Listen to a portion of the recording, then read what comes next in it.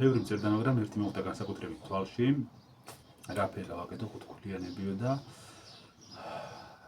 თავს გადავწყვიტე რომ მოკლედ გესაუბროთ რაფერი გავაკეთოთ ეს ხუთქულიანები, თუმცა უფრო ვრცლად რა თქმა უნდა ჩემთან არის შესაძლებლობა ნომფასიანი, მაგრამ მაინც ჯგუფები უკვე შეიკრიბა საკმაოდ ბევრი არიან, მაგრამ რაღაცნაირად მოგიხერხებთ რომ სხვაებიც შევხვდეთ. თუ რა თქმა უნდა უფრო ზუსტად გვაინტერესებს ყველა ის ბლოგის გაკეთება, რომელიც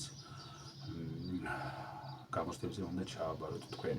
პირველ რიგში ზოგადად ვისაუბრებ ხუთქულიანი დავალებებისათვის 37 დავალებებში არის ხუთქულიანები, რა უნდა გავაკეთოთ. ზოგადი ფრაზები არ უნდა გამოვიყენოთ.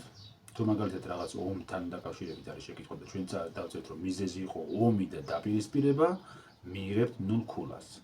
გამსწორებელს სჭირდება კონკრეტიკა, ვინ ომობდა, ვისთან ომობდა, რატომ ომობდა. ამიტომ მიზეზებში ყოველთვის უნდა აღხსნათ კონკრეტული ინტერესი ან კონკრეტული ფაქტი. ეს პირველი. შემდეგი რაც უნდა გავითვალისწინოთ, ეს არის გამოვიყენოთ ესეთი ფორმულა. მოსაზრებას პლუს არგუმენტი, ანუ მოსაზრებას პლუს იმიტომ რომ ან რადგან ან ვინაიდან. აი მაგალითად ვისთვის იყო რაღაცა კარგი, ან ვისთვის იყო რაღაცა ცუდი, ხო? ორი შეკითხვა ასეთი არის. მარტო სახელის დასახელება, თქვა რუსეთისთვის რაღაცების არის ფუჭი შრომა, თუ არ ვამბობთ რატომ იყო ამ ვიღაცისთვის ის კარგი, ან რატომ იყო ის ცუდი. აი მაგალითად რაღაცა იყო რუსეთისთვის კარგი და რუსეთისთვის, იმიტომ რომ მან მიიღო რაღაცა, ხო? ან ვიღაცისთვის იყო ცუდი, მაგალითად გერმანიისთვის სიტყვაზე ვლაპარაკობ და იმიტომ რომ მან რაღაცა დაკარგა. ანუ იმიტომ რომ რადგან ვინაიდან ეს სჭირდება. და ეს არის ძალიან მნიშვნელოვანი არგუმენტები, რომ 0 ქულა 0 ქულას მივიღებთ. და მესამე ასე ვთქვათ, შემდეგი ანალოგიის ტრიადა, როდესაც გთხოვენ ანალოგიას რაღაცა მოვლენისას, რომელიც მოყვანილია აი 37 დავალებაში. თუ დავწერთ მარტო მსგავს მოვლენას, ჩვენ მივიღებთ 0 ქულას.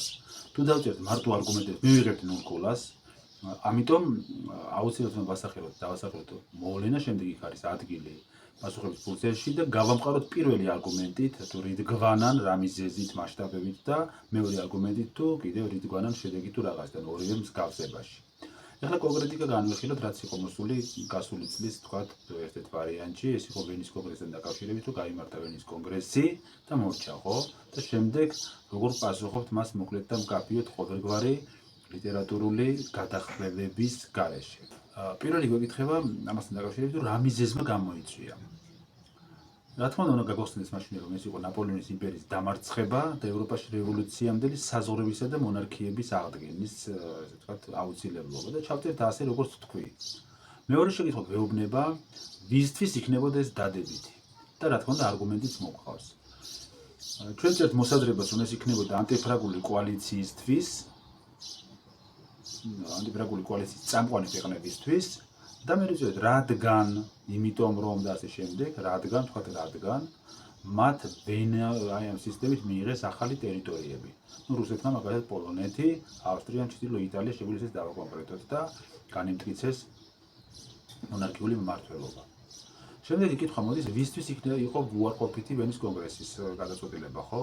და ჩვენ წერთ, რა თქმა უნდა, არგუმენტიანად ვისთვის იქნებოდა ასე მაგალითად იმ ხალხებისთვის, ვინც გაერთიანებას ან დამოუკიდებლობას ითხოვდა.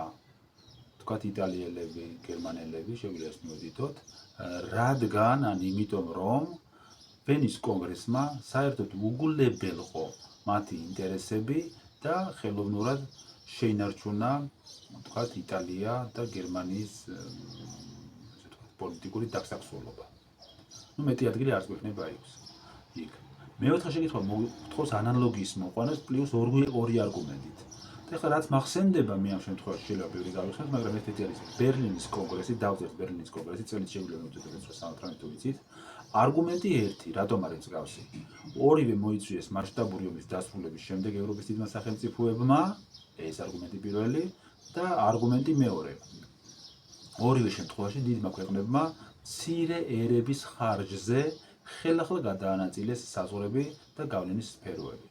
სულ ეს არის, მაგალითად, შარშანდელი პირველი ვარიანტის 37 დავალების რჩევა და მსგავსი პრინციპით შეგვიძლია გავაკეთოთ სხვაებიც ნიმუშებს უბრალოდ. რა თქმა უნდა, თუ უფრო მეტი გვინდა ვილაპარაკოთ, ეხლა TikTok-ზე მეც ვერ ვილაპარაკებდი, გაბრუნებრივია. მე ვეცდები რომ სამომავლოდ YouTube-ზეც გავაკეთო მთლიანი ტესტის განხილვა და გაკვეთილი და რა თქმა უნდა პირადში კიდევ მეცადინეობა თქვენ შეგიძლიათ დარჩენილ დროში არც ისე ძვირად სხვათა შორის, იმიტომ რომ ძალიან ბევრი მოვიდა და ვეცდები რომ გამონახოთ თქვენთვის ადგილი და დრო. ადვილად ყველაფერი.